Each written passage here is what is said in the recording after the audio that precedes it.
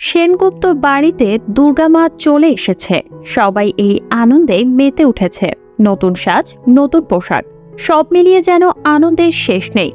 অপরদিকে মিশকার একটাই কথা, আমি আমার সন্তানকে নিয়ে সুন্দর সুন্দর দিনগুলো মিস করব। সবাই আনন্দ করবে আর আমি এভাবে জেলের ভেতরে বসে থাকব, তা তো হবে না। যে কোনো প্রকারে আমার এখান থেকে বেরোতেই হবে। সেনগুপ্ত বাড়িতে এখন কি চলছে সেটা তো আমাকে জানতেই হবে।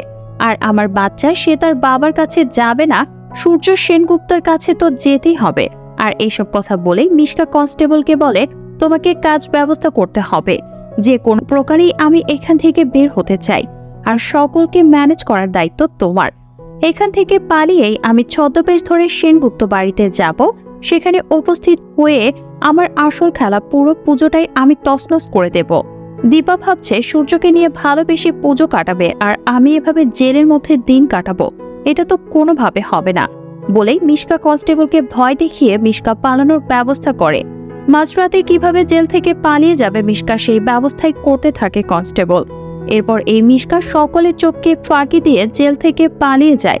অপরদিকে সেনগুপ্ত বাড়িতে সবাই পুজোয় মেতে থাকলে ঠিক তখনই সেখানেই মিশকা ছদ্মবেশ নিয়ে পৌঁছে যায়।